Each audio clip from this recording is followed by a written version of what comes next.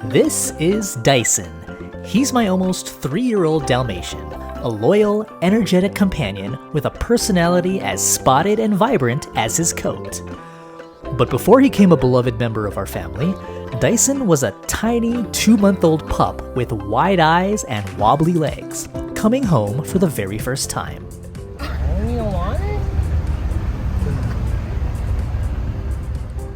That day marked the culmination of weeks of careful research, planning, and preparation, not to mention a rigorous screening process led by Yami at everything_Dalmatian, a responsible and highly respected breeder. At first glance, the intensive application process to adopt a dog might seem excessive. After all, isn't bringing home a pet supposed to be a joyful, straightforward experience? However, the scrutiny is not only justified, it's essential.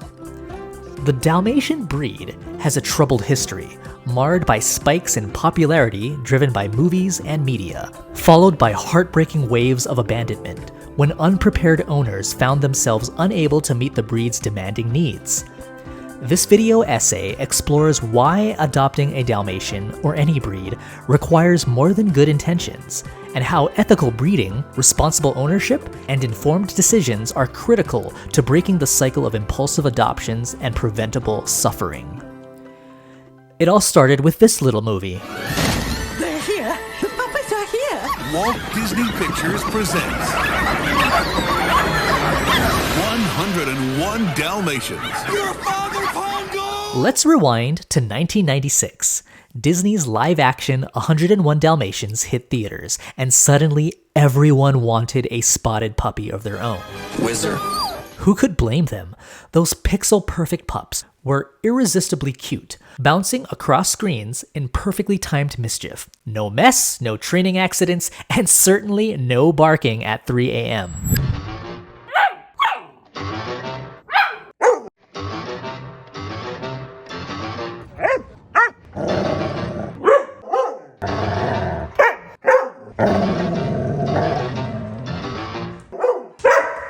But beneath the polka dot fantasy was a sobering reality. The Dalmatian breed, while stunning and lovable, is not for the faint of heart, or the ill-prepared. In the months following the film's release, Dalmatian breeders were flooded with requests. Families rushed out to buy or adopt dogs that, thanks to movie magic, seemed like the perfect addition to any household. Unfortunately, many didn't pause to ask the most important question: is this breed right for us? It didn't take long for the sparkle to wear off. As the excitement of bringing home a Disney dog gave way to the day-to-day reality of owning a Dalmatian, many new owners were caught off guard. Dalmatians are high-octane, high-maintenance, and famously headstrong. Without proper training, exercise, and a structured environment, their behavior can quickly become overwhelming.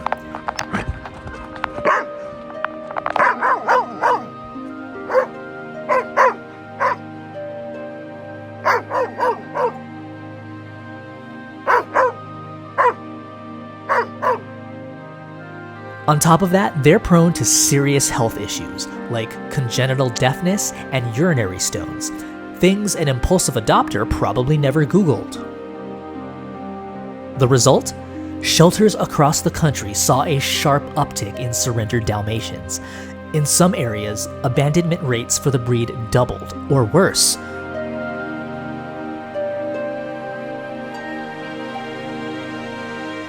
South Florida shelters reported a 35% rise in returned Dalmatians, with exasperated owners labeling them as too hyper, aggressive, or simply more than we bargained for.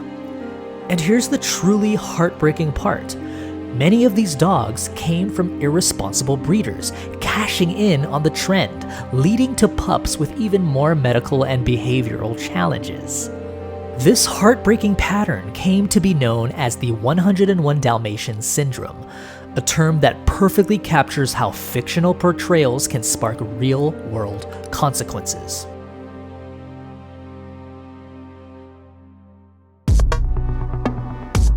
Animal rights groups were quick to sound the alarm. These dogs weren't props or accessories, and their needs didn't vanish when the credits rolled. The glossy image presented by Hollywood had little to do with the full-time job of raising a Dalmatian in real life. The phenomenon became a case study in how media hype can distort public perception of animal care. Suddenly, rescue groups and shelters were left to clean up the mess, working overtime to rehome dogs who had been adopted for all the wrong reasons. To their credit, Disney tried to make things right. When the sequel, 102 Dalmatians, was released in 2000, the studio took proactive steps to prevent a repeat of the adopted disaster. They partnered with the Dalmatian Club of America and various animal welfare organizations to spread the word about responsible pet ownership. The message was clear: don't let your heart adopt what your home and lifestyle can't handle. More recently, when Cruella debuted in 2021, Disney included a pro-adoption disclaimer in the film's closing credits, urging viewers to consider shelter pets and make informed choices. It was a small but meaningful acknowledgement of the real-world ripple effect media can have when it comes to living beings. If the 101 Dalmatians Syndrome taught us anything, it's this: good intentions aren't enough. Owning a dog, especially a demanding breed like a Dalmatian, isn't just about love and snuggles. It's about time, money, patience, and a whole lot of poop bags. When media glamorizes a breed without showing the whole picture, we risk turning living creatures into trends. And trends, as we know, fade. That's why it's so important to research a breed before adopting, to work with ethical breeders or rescues, and to be brutally honest about what kind of dog actually fits your life. In the end, my husband and I made it through the chaos of the puppy blues, the sleepless nights, the chewed furniture, the endless training setbacks, because Dyson deserves so much more than the shallow, cartoon version of his breed that pop culture has painted. He is not a fashion statement or a fleeting trend. He is a living, feeling being with unique needs, quirks, and so much love to give. Our journey with him has been messy, joyful, frustrating, and deeply rewarding. And it's a testament to what can happen when adoption is rooted in commitment rather than convenience. For every dog like Dyson, thoughtful ownership is the difference between abandonment and belonging. And for us, it has meant the privilege of sharing life with a truly extraordinary companion.